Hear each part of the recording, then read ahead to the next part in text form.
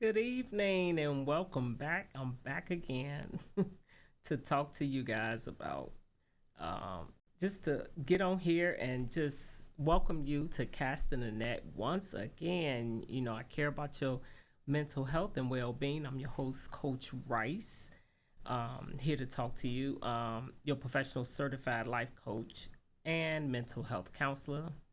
I just want to welcome my special guest, Dr. Jodi Aman. She's a psychotherapist, author, speaker. She's a doctor in social work with over 28 years of experience in clinical practice. She has a talk show, matter of fact, tonight. So subscribe to her channel. It's called Ask Dr. Jodi. It's a live stream. She live stream weekly on YouTube, on the YouTube channel, where she shares mental health and relationship advice. And today on the show, we're going to talk about a topic that I really actually love dialoguing about, and that is attachment styles and as it pertains to strengthening relationships. So, Dr. Jodi, can you tell the audience where you're from and what inspired you to choose a career in psychotherapy? Well, like many healers, I had my own, chaos, anxiety, loneliness when I was a teenager.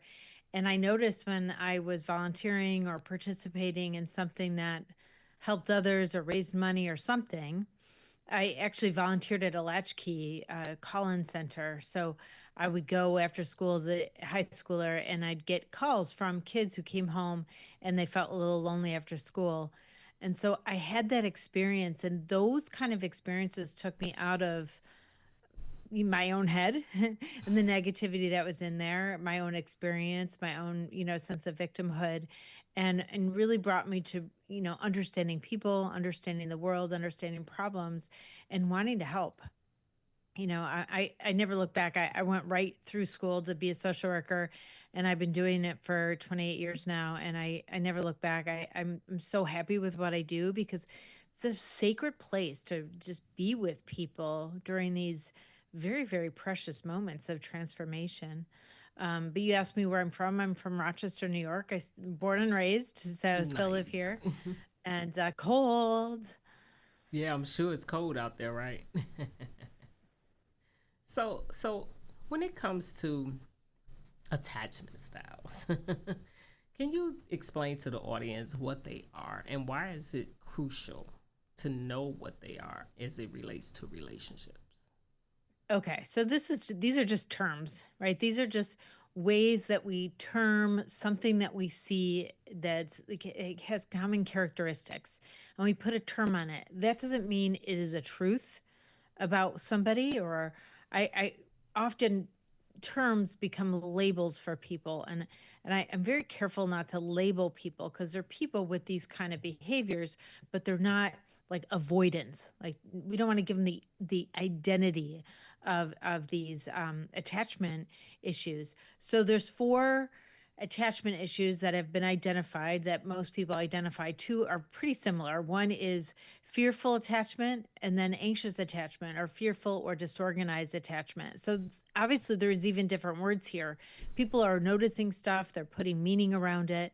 And so I'm going to explain them. There's four, typically four. I would say three or four because those two have so much overlap to them. But the first one is secure attachment. So that's when we have security in our relationships. We feel comfortable expressing what our needs are. We feel comfortable and safe with the other person. We don't feel like they're going to leave us. We're not so worried and feel so vulnerable. Actually, we're okay being vulnerable in that relationship. We don't feel like it's in danger. That's a secure attachment. The next one is anxious attachment. That means you're very afraid, nervous all the time that the person's going to abandon you or reject you. And quite often you're asking questions and asking for confirmation or reassurance that they're not going to. So that's anxious attachment. You want constant feedback that they like you or they feel like you're worthy or they want to stay with you. And quite often it could lead to like intrusive thoughts.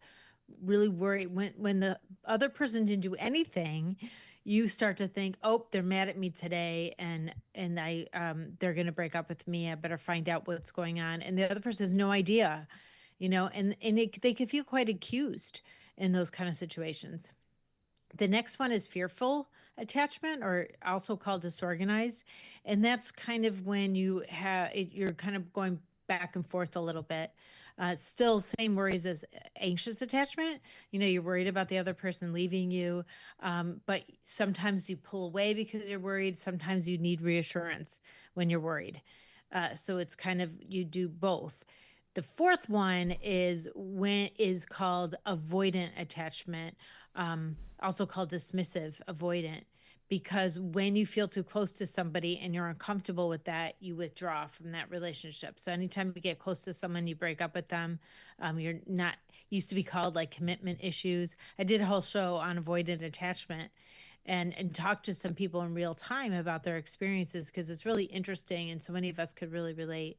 So you have secure, you have anxious attachment, that you're always really worried.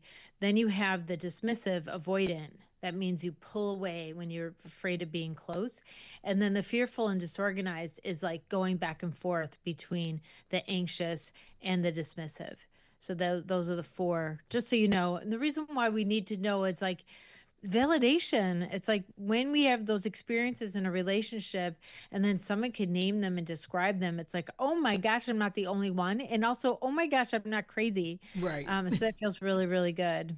And I like how you said not to label, because it's really just a behavior, a behavioral um, thing that you're doing. It's really you're showing up in a certain way. That's not who you are. It's how you behaving within the And context of the relationship. exactly, exactly. And sometimes you could behave like that in one relationship and not any other relationships. You could be anxious attachment with somebody and be completely secure in every other relationship.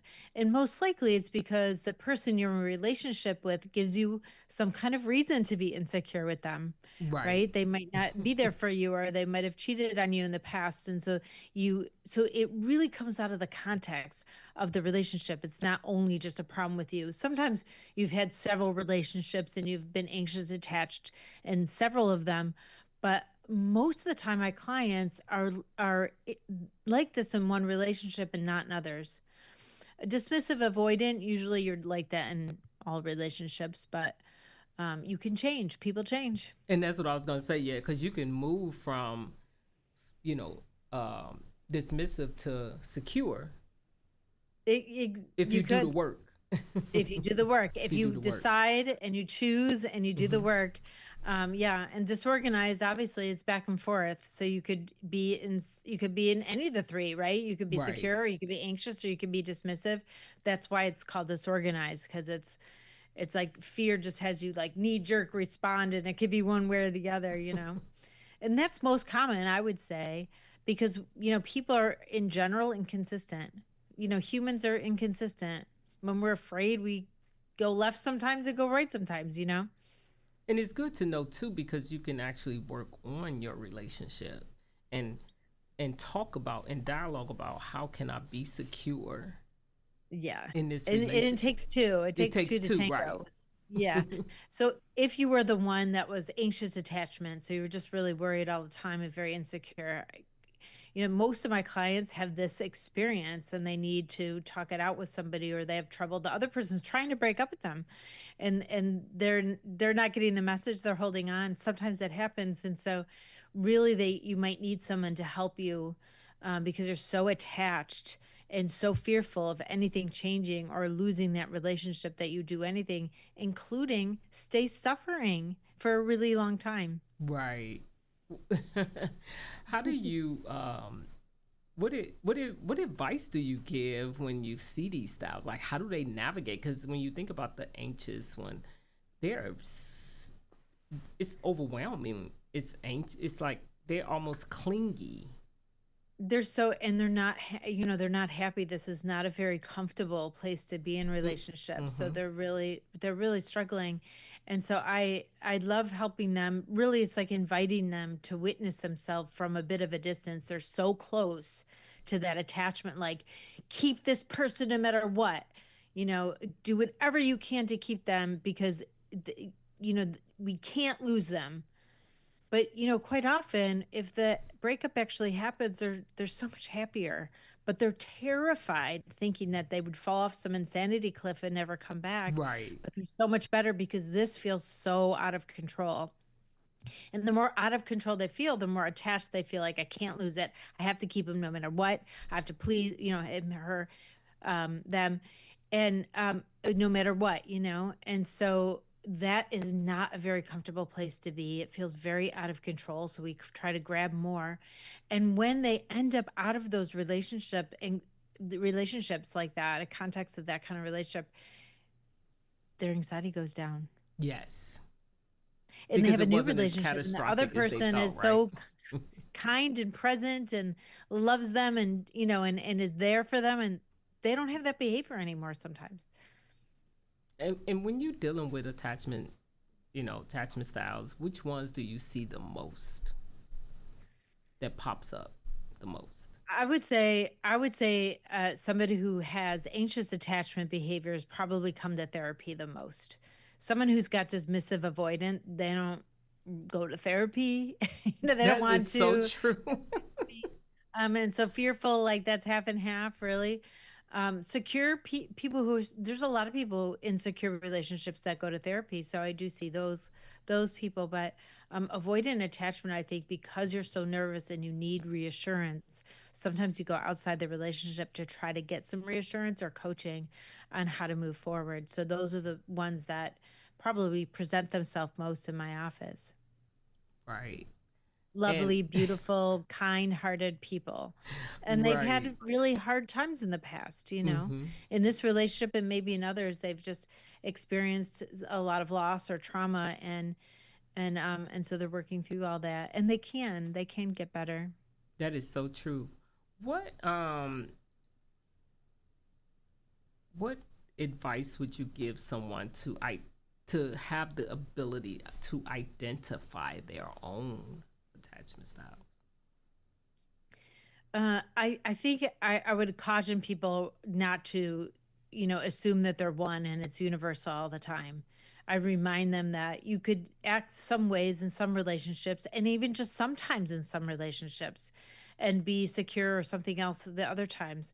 So when they're witnessing themselves, not to just be like, not to label themselves that, because when you're labeled, like there's no, it's like limited, but you can't make any changes to that identity. It like becomes our identity, and we don't want to do that. So you're inviting them to have some awareness of what they might do and when they get nervous and why they might get nervous. If they're anxious attachment, we look at the context of that relationship. Like, what is the other person doing? Because they're beating themselves up. They know they're anxious. They know they need reassurance. They also feel bad because their partner is like, enough already. Their partner is not reacting or reacting very defensively, which doesn't necessarily help, right? So you have a reason to be insecure, right? This person cheated on you twice and broke up with you twice in the last 3 years. Right. There's nothing Like wrong with you. there's like, You have a reason. yeah, and because their partner is saying you're overreacting. You always say this. You have to get help for yourself. But they've just cheated twice. Like, I don't know, what do you expect? Right. I also tell them that I've walked so many people through these processes that I've seen them go from a relationship that's like this and into another relationship that's good, and they don't have that problem at all.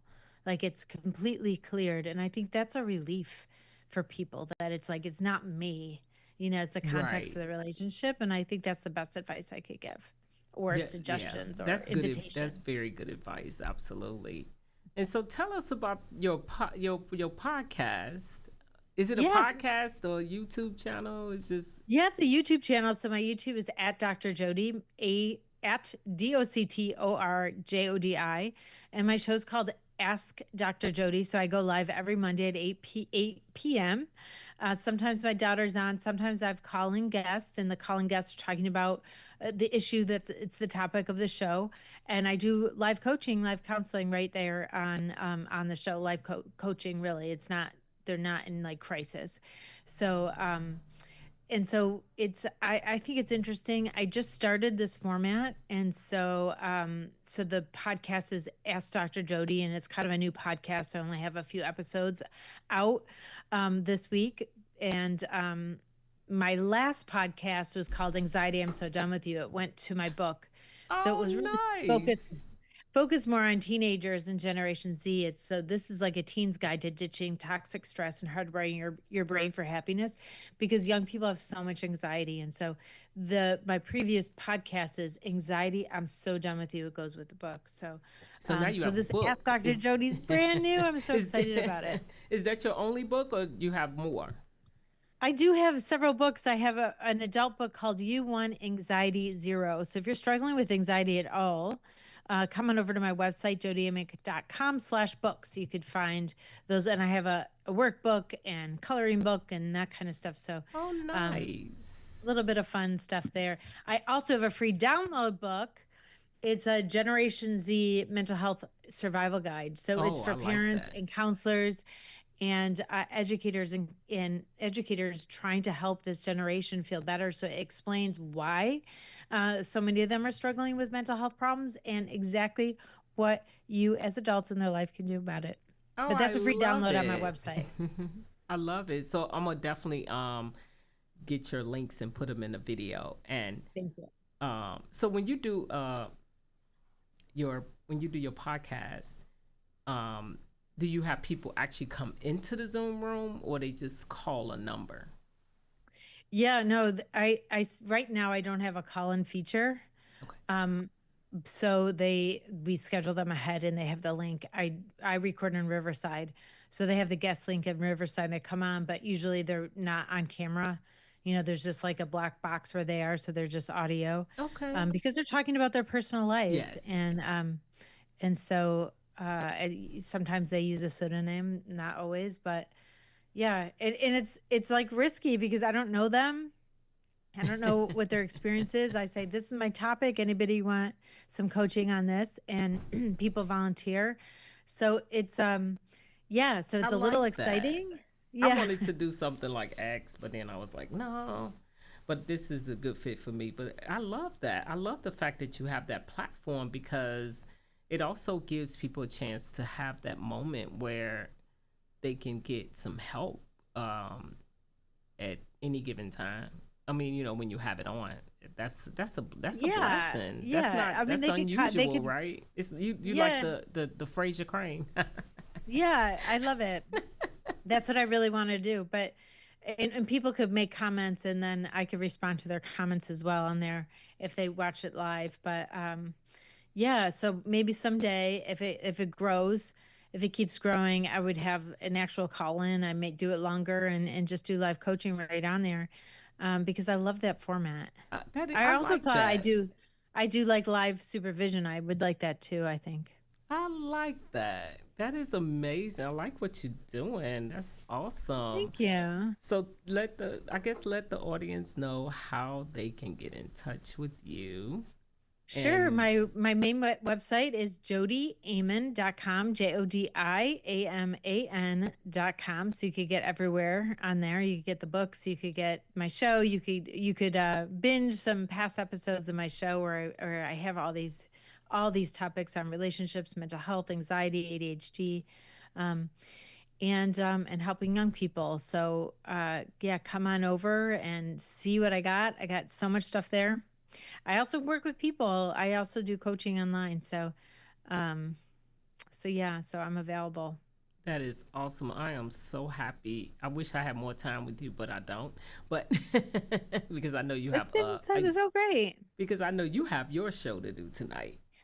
But I am so Yep. grateful that you came on, and I'm so grateful to see what you're doing. And this is so nice so people can actually be able to contact you, and you'll be a great referral, a source of a great referral as well. So that's Yeah, amazing. yeah. But if you want to sign up to be a calling guest, it's right on there. It's at jodiaman.com/live. You'll see it. If you come to my website, you'll Okay, see the navigation to anything. But there's just an application button and say, this is what I want you to help me with. You get I live free love it. coaching. I love it. That is awesome. Somebody out here is doing that. That is amazing. So thank you so much for talking about attachment styles. I think they're very important when it comes to knowing, what behaviors you are actually showing up with in a relationship. And if you are showing up dismissive or avoidant, They're probably not watching your show. Yeah. I think that you're missing out on connection. Yeah. When you are like that, you really do hinder yourself from connecting with others, which is it may feel safe, but it's really not. And if you are anxious, get the help you need, because that's horrible place to be in Yeah. dealing with that. And so we just want to encourage listeners. We just want to encourage you to always take care of yourself and make sure that you get the help you need, because that's what a strength is asking for help. And that's why I have this platform, so that I can provide so many different avenues, not just through me, but through other people, where you can get the help you need. And we have some amazing people coming on, like Dr. Jodi and all the other ones that truly are here to help you. And go on her website and get that free booklet, download it, and check out other books that she has. And thank you so much for joining us, Dr. Jodi. I am so grateful to have had you, and we are signing off.